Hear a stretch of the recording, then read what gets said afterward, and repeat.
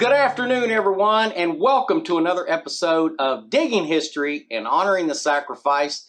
And I'm James McCormick, and I am filming today from my work office at the Point Pleasant and Lake and Ray Cook Learning Center. It's the River Museum in Point Pleasant, West Virginia. A lot of exciting things happening in and around the Point Pleasant area. What we're going to talk about is how do we build relationships so that we can get access to cool places to metal detect. Now, I want to also talk to you about a good friend that I met at Fellman Steel. Now, the Fellman Steel Company is in New Haven, West Virginia, and it has been around under different names for about, well, since 1952, I believe.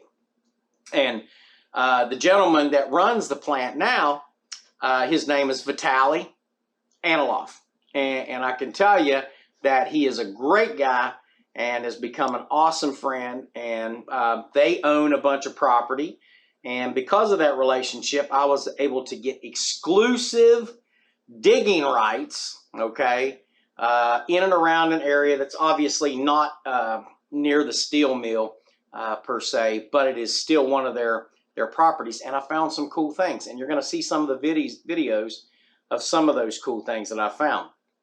But what's more important is the things that I found is I'm currently preserving them, and I am setting them up to make a display about this big, about that wide, because I found a lot of really cool things related to the from 1860s up until the 1890s. There was an old house site there.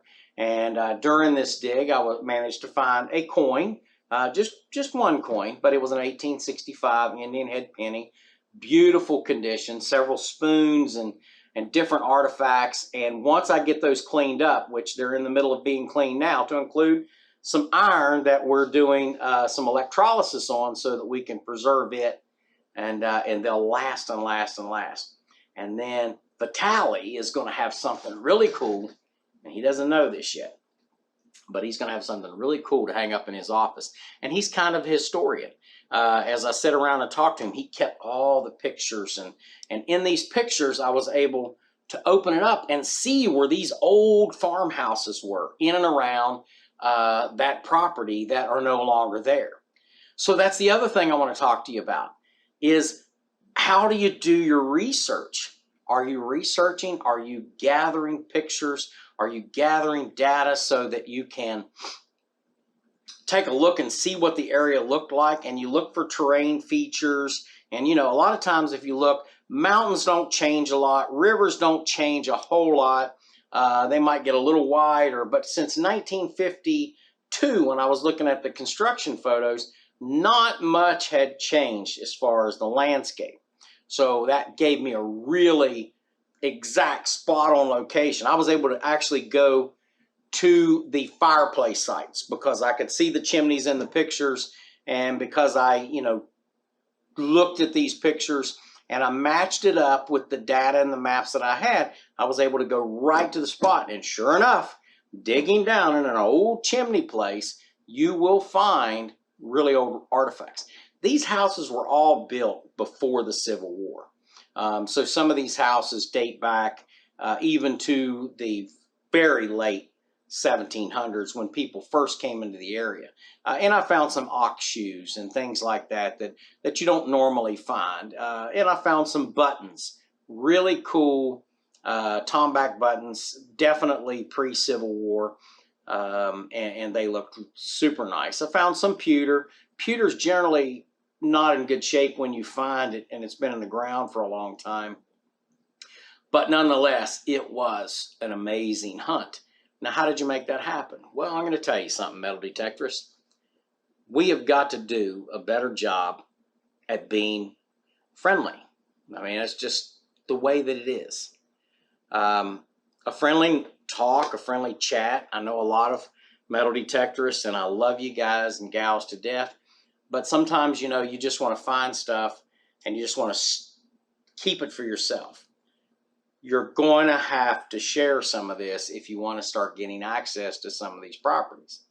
You can't just sit and think, well, this is all about me. This is all about what I'm going to dig, and I'm not even going to tell any of my friends or share any of this information. I've been doing this show for over 3 years, and I can tell you that there have been some times whenever I have metal detected with a couple of folks, not very often, but I have metal detected with a couple of folks that have really let me down, and they've let me down in a couple of ways. Number one, they went on sites where we had permission and exclusive permission that they had to have to dig with me.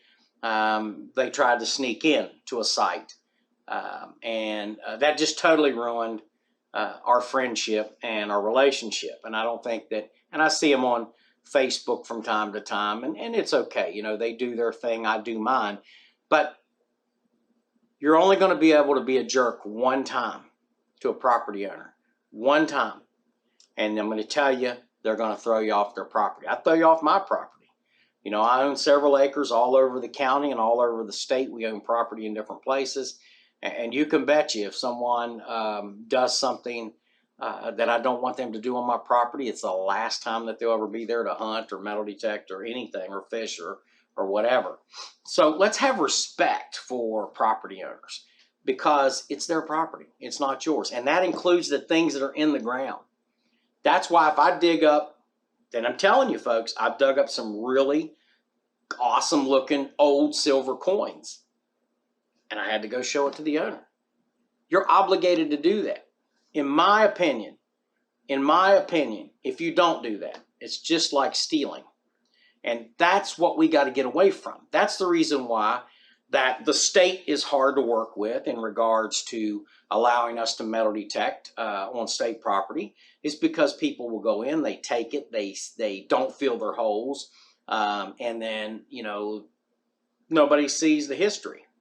You know, we're trying to work out a professional agreement with different organizations and to include the state to try to get this on the docket for state legislature. But I'll tell you, it's going to take professionalism in this sport/hobby if we hope to get anything done from this. So you got to build relationships, and you got to be sincere about it. Hey, I like people. I do. If I didn't like people, I wouldn't be voluntarily doing this for over 3 years, going into my 4th season now, doing digging history and honoring the sacrifice. And we've had some great times. Now, I've been down. I had, you know, injury to my leg, my knee, and my ankle. But I'm on the mend now, and I'm looking forward to this heat, you know what I mean, for it to subside so I can get out. A lot of snakes out there. But again, that's why it's very important now for me able to work those relationships with those people that I'm getting access to their property. So you need to make sure, 100% sure, that before you enter anybody's property, you have permission, and then you respect the property owner. Because it's terrible, and I see it. Most of the time, the property owner will say, well, you know what, you can just keep what you find, and that's great. But even if that property owner tells me that, I still show them what I find. And the cool thing is I have found things like missing rings, you know, missing keys that had been missing, that had been dropped by, you know, one property owner's father, like 40 or 50 years ago, I can't remember, and be able to hand those keys back. You know, that was an emotional moment for them. You know, to be able to have a reconnection. They could remember when their dad lost his keys, and everybody was looking all over the place, and they wanted to know where I found it. And you know, and allow them to have an emotional connection. And do you think that I will have a problem getting back on that property? No, I won't, because I respect them and respect what they have, and leave it in many cases better than I found it. You know, I had an area in Cabell County, West Virginia, where I was digging near a Civil War camp, finding all kinds of stuff. The property owner says, oh, there's some really beautiful rocks. I'm trying to build this rock fence. And so I started digging rocks and piling them by the road so that they could come by and pick them up. Did I have to do that? Did they ask me to do that? No, they didn't. But did they appreciate it? Absolutely. So you know now what? All I have to do is send them a message or call them, And they told me I don't even have to do that, but I do that anyways. I will call them or send them a message and say, hey, I'll be there today. This is what I'm driving. This is where I'm parking. Is there anything that you need me to do? And they gain that trust. You gain that trust and you build those relationships, because that's what a lot of this is about as well, is building the relationships with the property owners and the business owners and the politicians that are elected here. So if they see that you're a professional and you're not just some dirt pirate out there that's digging, stealing, and leaving the place looking like a train wreck, then you know what? We might be able to, one of these days, get access, to some state parks or at least wildlife management areas, as long as we abide by the rules, like hunters and fishers have to abide by the rules. I'm not one that advocates for, adding more, red tape to the situation, licensing, but it's come to this point because we don't get that access to do that in some of those areas because somebody did something really bad, okay? And a lot of people did some bad things, and they went out and they dug and they destroyed and they went and dug in places they were told not to dig because there was an archaeological site there that they said, and so it ruined it for everybody. And this all changed about when metal detectors really started getting popular in the late 1970s and the early 1980s. There was a time when you could still go out there and do that, and you just had to get permission from, from the site manager. It's not that way now. We were asked to do some metal detecting on a missing person case one time. And this missing person happened to be in a wildlife management area. And we were allowed to go and do some artifact hunting, but it was for specifically to help find clues to this missing person. So we do a lot of things like that, and we like to do things like that. But it's important for me to reach out to you. If you're watching this show and you're thinking about getting into metal detecting, or you're in metal detecting, maybe you look at the show and say, I don't like this guy, or whatever. Look, I don't get paid to do this. And I love to go out and work with children and disabled veterans and disabled people and senior citizens and anybody that wants to get into this, because I dedicate my time to do that, okay? And we're not able to get access because some folks out there are metal detecting and they're tearing up property and they're posting it all over Facebook. You're showing your videos, all your finds and stuff. And then people are saying, hey, I gave you access. Why didn't you at least show me what you found? But there's a couple of you that are not doing that. And I want to thank you for that. My friends over in the UK, very professional group of metal detectors. Okay. But of course it's regulated and it's licensed and we're trying to get over to the UK so that we can do some filming around some of these Roman sites and hopefully find some artifacts and then be able to get permission to bring them back to West Virginia to put in our State Archive Center as part of a history of the world, to show them, what digging the history and honoring the sacrifices is really part of as well, that we preserve history. Just like what I'm doing here at the Point Pleasant River Museum and Lake and Ray Cook Learning Center, preserving history so that you have something to see, something to do, and that you can appreciate it. You stick it in your sock drawer, you put it in your little relic room someplace, you might take pictures of it, but folks, when you leave this world, and trust me, you will leave this world, you die like everybody else, we all have an expiration date, somebody's going to go through that.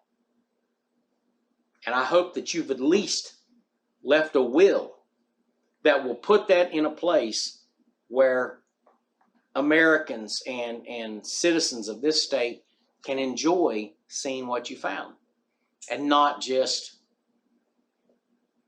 keeping it in the hands of private collectors. I get it. I have my private collection too and things I like, but we have to respect history. And that's what we do here with Digging History and Honoring the Sacrifice. And I want you to enjoy some of these videos from the field, especially where I was digging at my good friend Vitali's property site down there. And in Mason County near New Haven, West Virginia, where history is rich and it runs along the river, just like here at the Point Pleasant River Museum and Lake and Ray Cook Learning Center. You come and see us here. We will show you some cool stuff. So anyways, sit back and enjoy the footage from the field. Okay, Digging History fans, got a little something here. I don't know what it is, but we'll dig it together. So, let's see here. Oh my goodness.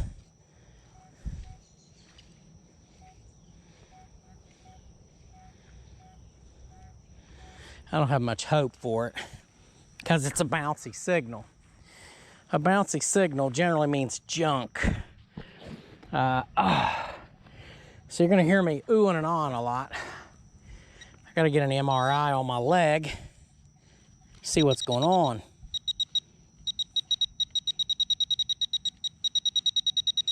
I've been down, but I said I cannot let all of our fans down. I mean, I gotta keep moving. Keep moving. That's what I'm doing. You know, just keep moving.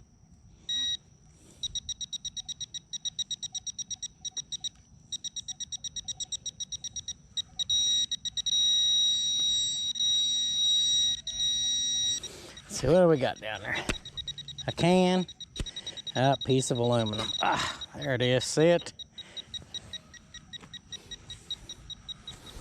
There it is. But we'll recycle it, fill our hole. Still a good deed. Okay, Digging History fans, but we're out here at a little park, and I thought I'd do a little bit of digging.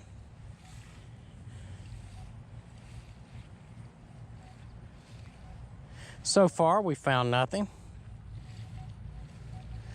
Got a lot of trash in here. That's pretty normal. But we're looking for those high signals. There was a Civil War camp around here, and a lot of people walk in this area. Okay, we got a 47 on my Nocta Macro Legend. Let's see what we got here. I'm gonna think it's a can. Yep, and that's exactly what it is. That's not a can. But it's definitely not anything too exciting.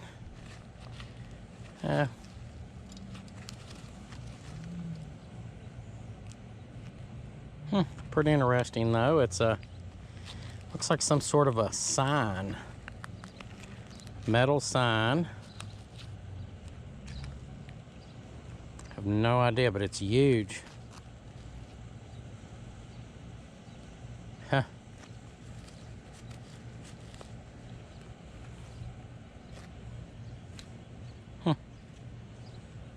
Yeah. Kind of cool. Okay, folks, got my first big find here. It's an Indian head penny. I'm almost 100% sure. Popped out of there looking really nice and green. It's actually in really good shape. I mean, you can see the United States of America on it. It's beautiful. Beautiful. So this will be really cool. And you know, look guys, I'm giving this to the plant manager. Wanna know why? Because he's a cool dude and he will really appreciate this American coin. As soon as I get the actual date on it, and I think it's like 1869. So I want you to look at how good that looks for a coin that's that old. Whoo-hoo, nice. Very nice, very nice. Okay. Okay, that's a pretty good little signal. That's like in the 30s. which sometimes I have found that when I start to find some of these older dimes that are deep, they come up. Start off in the 30s. And Bravo is going to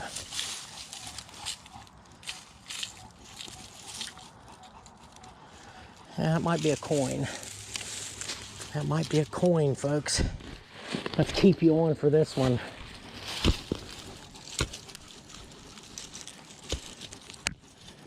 But as I was saying,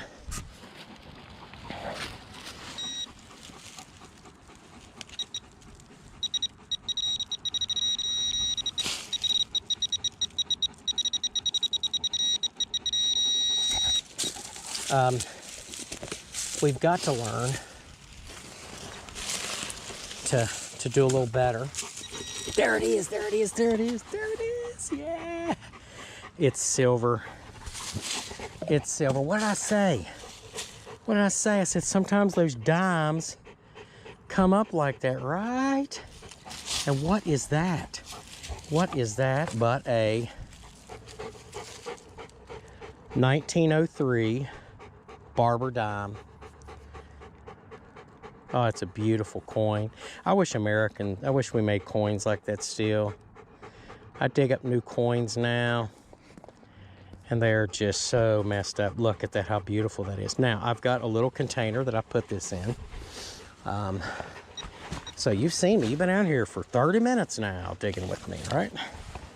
So you know, it's not about just coming out and finding coins, but we do find them. Oh, that is just beautiful. Bravo. You better take that stick someplace else, boy. Oh, we'll find some more today. We'll find some more today, but I'm not going to keep you on the camera this whole time.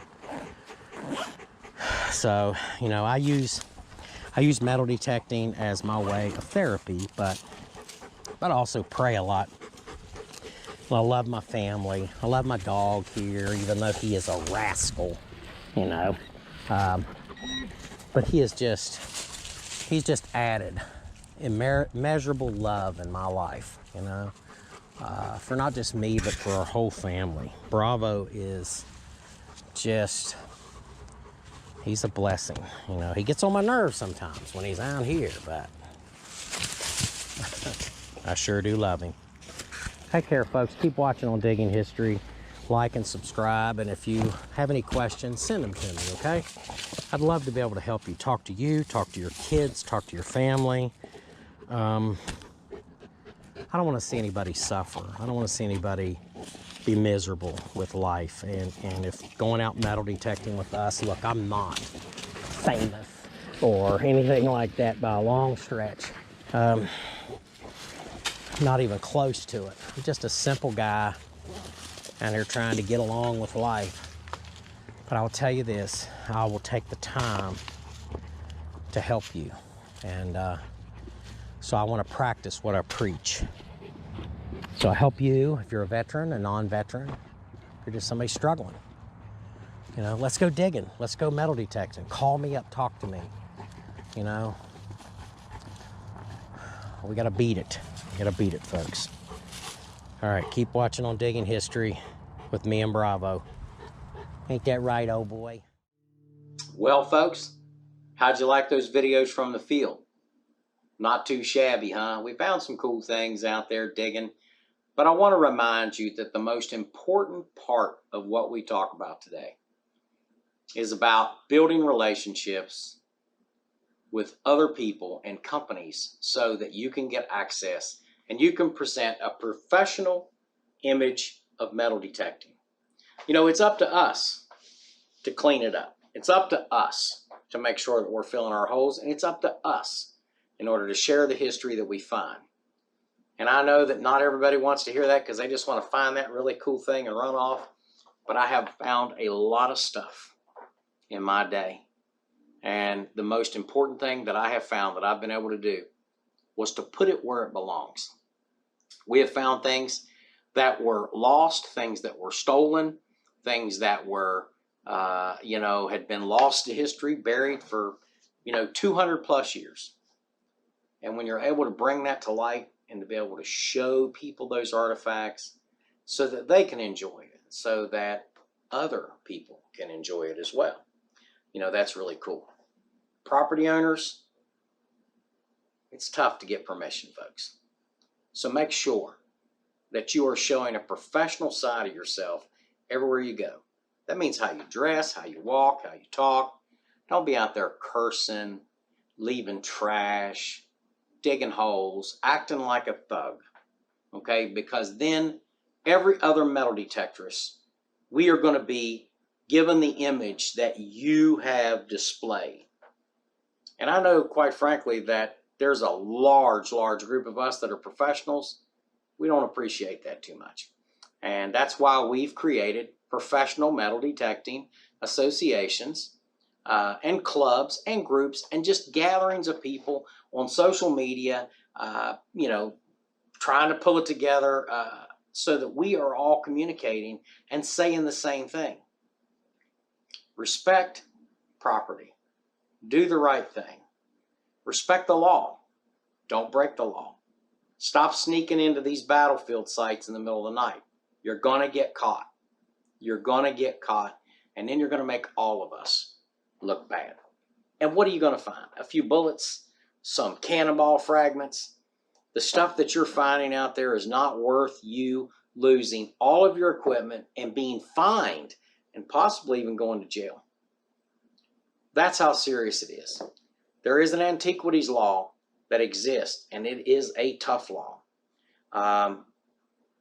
Do I agree with some of the harshness when you compare it to other things? Maybe not so much. I think that you know, we should be a little harsher towards the people that are building meth labs in the middle of state parks and federal preserves and things. Because if some of us who are law-abiding, respectful metal detectorists are out there, you know, maybe you wouldn't have as many of the meth labs that you're seeing out there, because they'd see more of us out there moving around. And we're inquisitive in nature. And like me, I carry around a 110-pound German Shepherd with me everywhere I go. And, you know, he can sniff and see things that I can't sniff and see. So we need to think about this on both sides. But it's up to us, professional metal detectorists, to make sure that we're doing the right thing. So please, always, always, always respect property rights and respect the law in everything you do. Clean your holes, fill your holes. You know what I mean? Share the things that you've got with the property owners. If they want it, give it to them. It's their property. If they give it to you, that's a gift. Okay? And that's a friendship and a trust that continues to be built. And that's what we need to do. Not just in metal detecting, but in everything you do in life, folks. Everything you do in life. We need to get back to the days when a handshake and an agreement actually meant something. So anyways, again, thank you and welcome to another episode of Digging History. We hope that you've enjoyed the show. And as you can hear, I got the phone ringing and I gotta go. Take care, folks, and have an awesome day. Remember, a day out digging beats a day on the couch.